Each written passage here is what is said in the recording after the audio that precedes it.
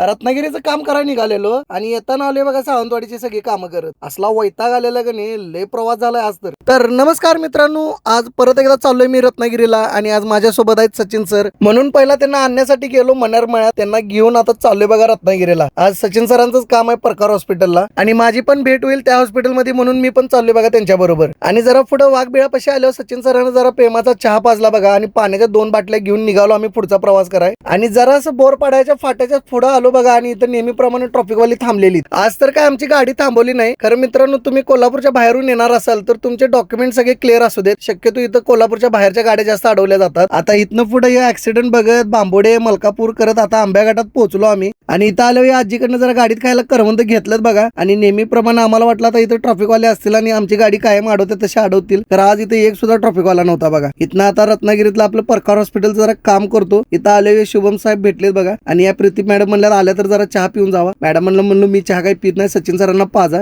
ते जरा यांच्याबरोबर गप्पा मारून डॉक्युमेंटची सगळी कामं करून आता हॉस्पिटल मधल्या सगळ्या स्टाफचा निरोप घेऊन आता चाललोय बघा आम्ही घरला जायच्या आधी म्हणलो सचिन सर पहिला गॅस भरून घेऊया, कारण इथं कोल्हापूरपेक्षा 10 रुपये स्वस्त असतोय बघा सीएनजी ला. पण एवढी गर्दी होती का नाही, 1 तास तिथं सीएनजी भरण्यातच गेला. सीएनजी भरून जरासा हात कंब्यातनं पुढे आलो बघा आणि तोवर सावंतवाडीतनं आपल्या स्वार हॉस्पिटल मधून फोन आला की कॉम्प्युटरच्या हार्ड डिस्क जळाल्या. म्हणून पालीतनं जाता सावंतवाडीला गाडी वळवल्या बघा. मला पण लय कंटाळा आलता. सचिन सरांना म्हणलं आता सर तुम्ही जरा गाडी चालवा, मला जरा पुढच्या व्हिडिओचं एडिटिंग पण करायचं होतं. एडिटिंग करत करत लांजामध्ये पोहोचलं बघा. आणि नेहमीप्रमाणे या मॅक अल्फोन्सो मध्ये जरा आंब्याचा दर बघून जाव्या. मित्रांनो, हा राघो आंबा 70 रुपये किलो होता आणि रत्नागिरी हापूस आंबा मित्रांनो 2200 रुपयाला 4 डझनची पेटी मिळाली बघा. आणि ही 4 डझनची पेटी मागच्या महिन्यात बघा 4000 रुपयाला होती. केवढा फरक पडलाय बघा की मित्रांनो आंब्याच्या दरामध्ये. आंबा घेऊन झालेलं, ऊन पण लय वाढलेलं आणि दुपारची पण टाइम झालेली, म्हणून जेवायला आलो या कोत्रे रेस्टॉरंट मध्ये. मित्रांनो, हे रेस्टॉरंट एकदम सिंपल होतं बघा. एकदम जुन्या काळातले जे हॉटेल असतात की नाही त्याप्रमाणे सगळं इंटेरियर होता. जरा या हॉटेलचा व्हिडिओ करत असताना मित्रांनो या अजितदादांचा फोटो बघायला मिळाला बघा. हा फोटो बघितला 2 मिनिटं जरा शांतच झालो बघा, कारण रोकठोक आपलं मत मांडणार आहे आणि एक चांगला नेता आपण गमावलाय बघा. या हॉटेलमध्ये जास्त वेळ न घालवता एक शाकाहारी ताट मागवलं बघा. पोट भरून जेवून मित्रांनो आपल्याला इथनं आणि आता सावंतवाडीला जायचं आहे. किती वेळ लागतोय काय माहित. जरा पुढे आल्यावर सचिन सरांना म्हणलं सर तुम्हीच जरा गाडी घ्या, मला झोप यायला लागल्या. मी जरा गाडीत झोपलो बघा. आणि सचिन सरांनी गाडी एवढी स्मूथ चालवली, कधी एकदा सावंतवाडीच्या फाट्यावर आलो कळलं सुद्धा नाही बघा मित्रांनो. लांजातनं निघायच्या आधी सरांना सांगितलं सर हार्डिक्स फक्त बदलून घ्या, मी आल्यावर सॉफ्टवेअर लोड करून घेतो. सरांनी आधीच हार्डिक्स बदलून घेतल्यामुळे आमचं इथलं सॉफ्टवेअरचं काम एकदम फास्ट झालं बघा मित्रांनो. सॉफ्टवेअर लोड करून सगळं सेटिंग करून 1-2 एक्सरे काढून बघितलं स्कॅन होते काय. सगळे स्कॅन व्यवस्थित झालं. डॉक्टरांना फोन करून सांगितलं सर जातो. जरा खाली आलो बघितलं सचिन सर पण लय वैतागले. सचिन सरांना म्हणलं सर तुम्ही निवांत बसा, मी गाडी चालवतो, कारण आम्हाला इथनं आणि आता 150 किलोमीटर जायचं आहे. तर मित्रांनो आपण भेटूया अजून एका नवीन व्हिडिओ मध्ये. तोपर्यंत जर तुम्ही अजून मला फॉलो केला नसेल तर तेवढं फॉलो करून घ्या